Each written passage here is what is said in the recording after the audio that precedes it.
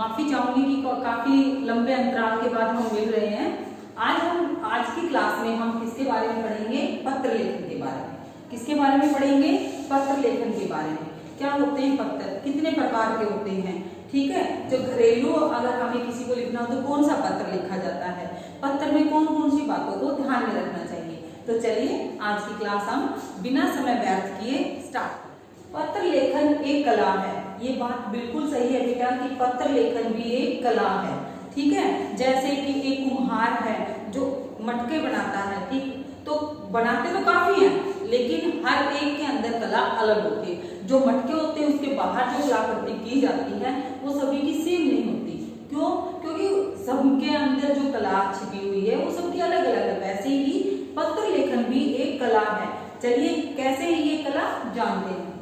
पत्र लिखते समय हमें कुछ बातों को ध्यान में रखना चाहिए। देखिए बेटा, ये नहीं है कि आपको स्कूल से छुट्टी चाहिए तो आपने उठाया पेन पेंसिल और लिख दिया पत्र। नहीं, पत्र लिखने के लिए भी कुछ नियम लागू होते हैं जो हमें उनका ध्यान रखना चाहिए, ठीक है।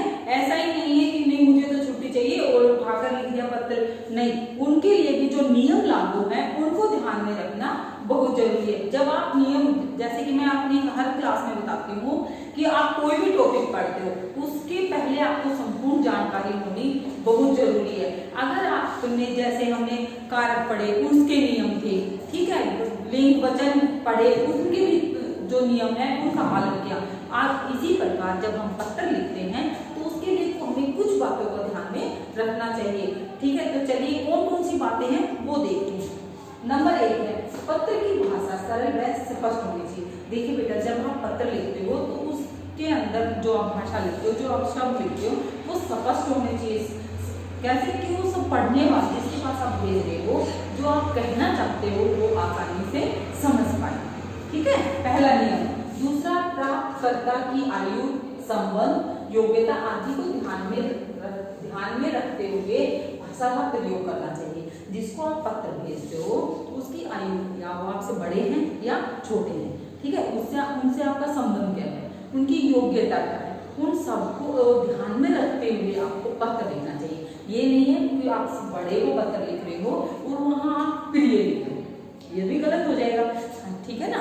और जहां आप छोटे को पत्र लिख रहे हो वहां आप महोदय, ठीक है, या कुछ और जैसे माननीय लिख दो, वो भी गलत होता है। तो हमें क्या है कि जो पत्र लिखते समय हमें जिसके पास हम पत्र लिख रहे हैं उसकी आयु, योग्यता और उससे जो आपका संबंध है उसको ध्यान में रखना चाहिए। चलिए तीसरा है अनावश्यक विस्तार से बचना चाहिए।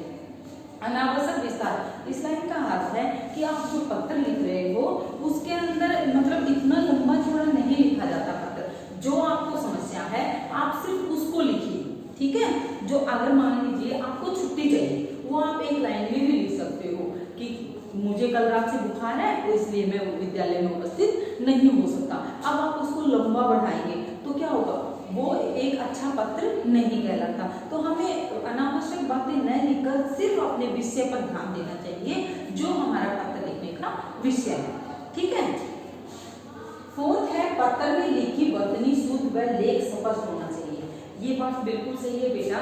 इस 4th लाइन पे जरा गौर करेंगे कि पत्र में लिखी वर्तनी शुद्ध व लेख स्पष्ट होना चाहिए कि जो आप पत्र में लिखने की आपकी जो भाषा है वो एकदम शुद्ध होनी चाहिए, ठीक है। अगर आप एक बात ध्यान रखना, अगर आप पत्र लिख रहे हो तो उसके अंदर आपने एक भी गलती कर दी और वो मतलब ऑफिशियल पत्र है, औपचारिक पत्र है, तो वो मान्य नहीं होता, ठीक है। चाहे वो अनौपचारिक हो वो मान्य नहीं होता। तो जो आप लिख रहे हो वो जो सेंटेंस है, जो शब्द है वो एकदम शुद्ध होने चाहिए और जो आपने लिखा है वो एकदम स्पष्ट होना चाहिए, ठीक है, कि जिसके पास आप भेज रहे हो आसानी से आपके द्वारा कही गई बात को समझ पाए। क्लियर है।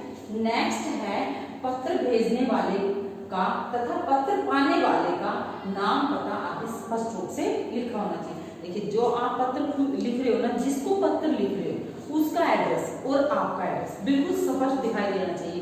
ये नहीं है कि जल्दबाजी में लिखा और एड्रेस से नहीं समझ में आया, गलत पते पर पत्र पहुंचे। तो जो आप पत्र लिखते हो तो उसमें ये बात विशेष रूप से ध्यान रखनी चाहिए कि जिसको पत्र लिख रहे हो उसका एड्रेस और आपका एड्रेस स्पष्ट लिखा हुआ होना चाहिए।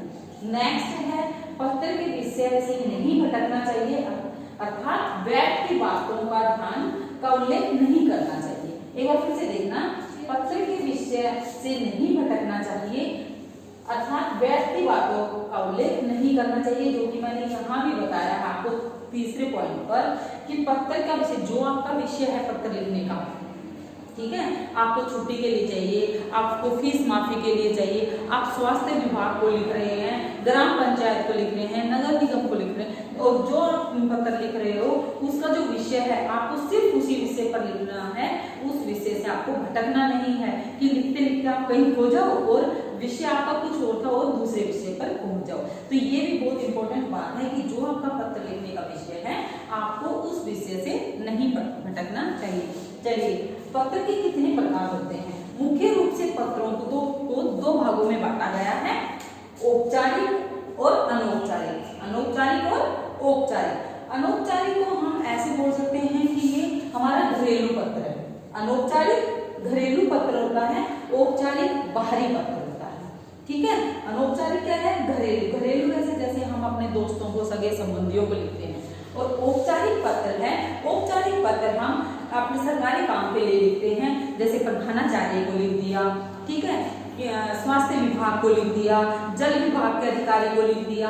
ये क्या होते हैं? ऑफिशियल पत्र। और ये क्या होते हैं? हमारे होम पत्र, जैसे हम घरेलू, ठीक है। तो चलिए आगे हम पढ़ेंगे औपचारिक पत्र लिखते समय हमें किन बातों का ध्यान रखना चाहिए। चलिए बेटा, अब हम देखते हैं औपचारिक पत्र के अंग कि औपचारिक पत्र लिखते समय हमें किन बातों का ध्यान रखना चाहिए। चलिए, प्रेषक। प्रेषक क्या होता है? जो पत्र भेजता है, ठीक है, उसका पता। देखिए, अब हम क्या करते हैं, छोटी क्लासेस में 5th तक हम क्या करते हैं, प्रार्थना पत्र लिखते हैं। प्रार्थना पत्र लिखते हैं ना, तो उसमें हमें अपना एड्रेस लिखने की जरूरत नहीं होती, क्योंकि हम अपने स्कूल के प्रधानाचार्य को पत्र लिखते हैं ना। लेकिन जब हम स्कूल के बाहर पत्र भेजते हैं, मान लीजिए आपके गाँव में पानी की समस्या और आप जल विभाग अधिकारी को पत्र लिख रहे हो, तो वहां तो आपको बताना है ना आपका नाम, आपके गांव का नाम, आपका गांव कौन से जिले में आता है और आप कौन से राज्य से हो, पिन कोड, ये सब लिखना होता है। तो औपचारिक पत्र में जो पत्र भेजने वाला है उसका पता भी, मतलब उसका एड्रेस भी स्पष्ट होना चाहिए, ठीक है। नेक्स्ट है दिनांक। आप किस डेट को पत्र लिख रहे हो, ठीक। औपचारिक पत्र में तिथि लिखना बहुत अनिवार्य है, ठीक है। बहुत क्या अनिवार्य ही है, क्योंकि जब आप डेट नहीं लिखोगे तो क्या पता चलेगा कि आपने किस डेट को पत्र लिखा था, ठीक। तो औपचारिक पत्र में दिनांक लिखना अनिवार्य है। नेक्स्ट है पत्र प्राप्तकर्ता का नाम तथा पता। हाँ, देख, आप जिसको पत्र भेज रहे हो, औपचारिक पत्र आप जिस अधिकारी को भेज रहे हो या अपने स्कूल में भेज रहे हो, अगर आप अपने स्कूल के प्रधानाचार्य को भेज रहे हो तो आप क्या लिखना है? स्कूल का एड्रेस, आप किस स्कूल में पढ़ते हो, स्कूल का नाम, ठीक है, वो किस जिले में आता है, किस गांव में आता है, ठीक है, ये सब लिखना जरूरी है। औपचारिक पत्र में जो आप स्कूल से बाहर पत्र भेजते हो उसमें भेजने वाला अपना नाम, पूरा एड्रेस जरूर लिखेगा। अगर आप प्राप्तकर्ता जिसको पत्र लिख रहे हो उसका भी एड्रेस स्पष्ट और सरल होना चाहिए, अशुद्ध भाषा का प्रयोग करना चाहिए। नेक्स्ट है विषय। जिस बारे में पत्र लिखा जा रहा है उसे केवल एक ही वाक्य में स्पष्ट संकेतों में लिखना चाहिए।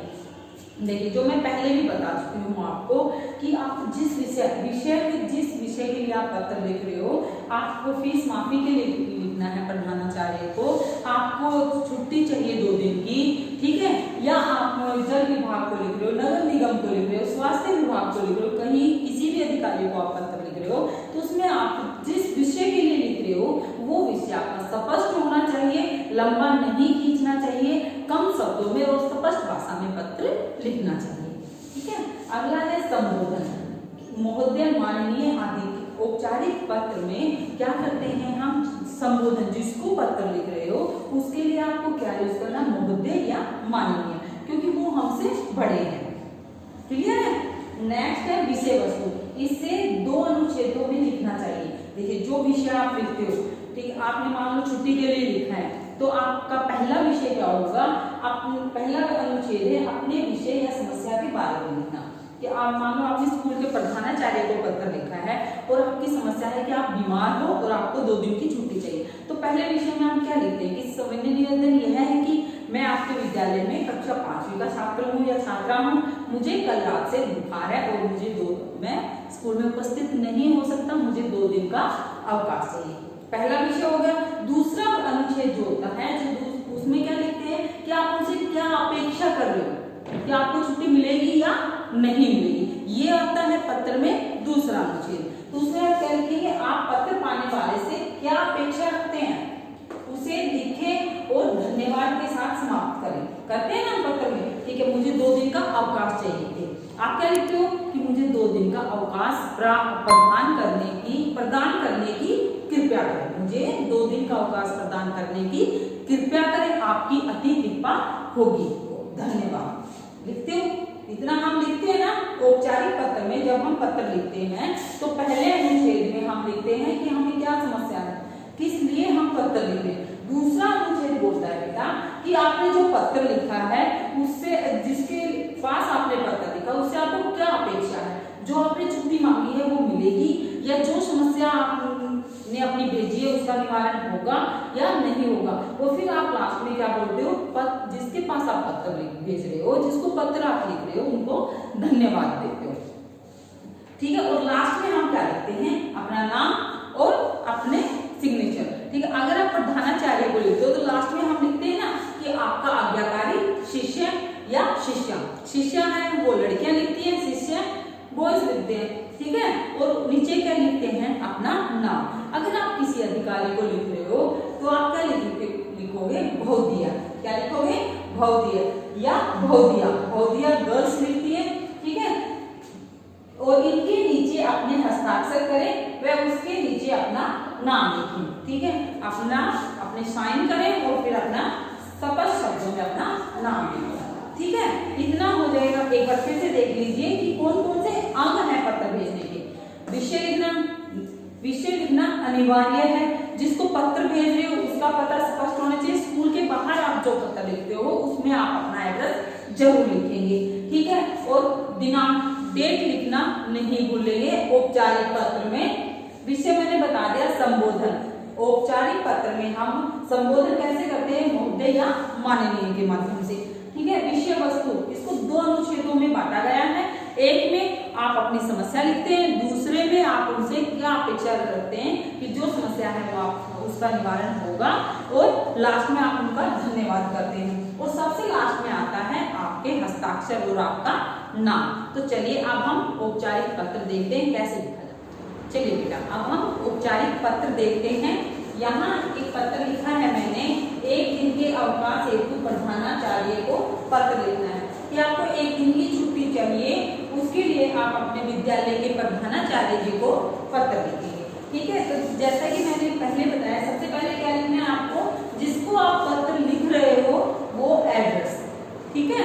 तो क्या लिखना है, सेवा में प्रधानाचार्य जी द्रोणाचार्य वरिष्ठ माध्यमिक विद्यालय।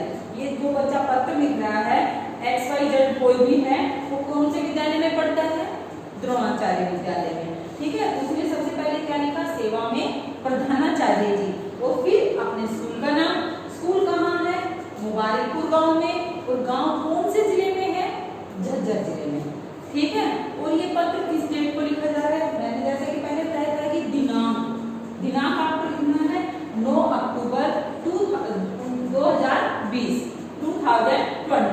ठीक है। पत्र कब लिखा है, 9 अक्टूबर 2020 को उसने ये पत्र लिखा है। विषय, वो उसका विषय क्या है पत्र लिखने का, 1 दिन के अवकाश हेतु पत्र, मतलब उसको 1 दिन की छुट्टी चाहिए, उसके लिए उसने ये पत्र लिखा है अपने विद्यालय के प्रधानाचार्य जी को। देखिए तुमने संबोधित कैसे किया है प्रधानाचार्य जी को, महोदय। क्या लिखकर, महोदय, क्योंकि वो उनसे आयु में भी बड़े हैं, ठीक है, और योग्यता उनकी उससे ज्यादा है, और संबंध क्या है, वो उस स्कूल के प्रधानाचार्य है। प्रधानाचार्य को इंग्लिश में क्या कहते हैं, प्रिंसिपल, ठीक है। वो उस स्कूल के कौन है, प्रधानाचार्य जी हैं। तो हर रूप से बच्चों से बड़े हैं, तो उनको संबोधित किससे किया है, महोदय से। अब देखिए पहला अनुच्छेद, जैसा कि मैंने पहले बताया कि पत्र में 2 अनुच्छेद होते हैं। पहला अनुच्छेद, सविनय निवेदन यह है कि मैं आपके विद्यालय में 5वीं कक्षा का छात्र या छात्रा, क्योंकि एक क्लास में लड़के भी होते हैं और लड़कियां भी, तो छात्र किसके लिए आता है, लड़कों के लिए आता है, छात्रा लड़कियों के लिए,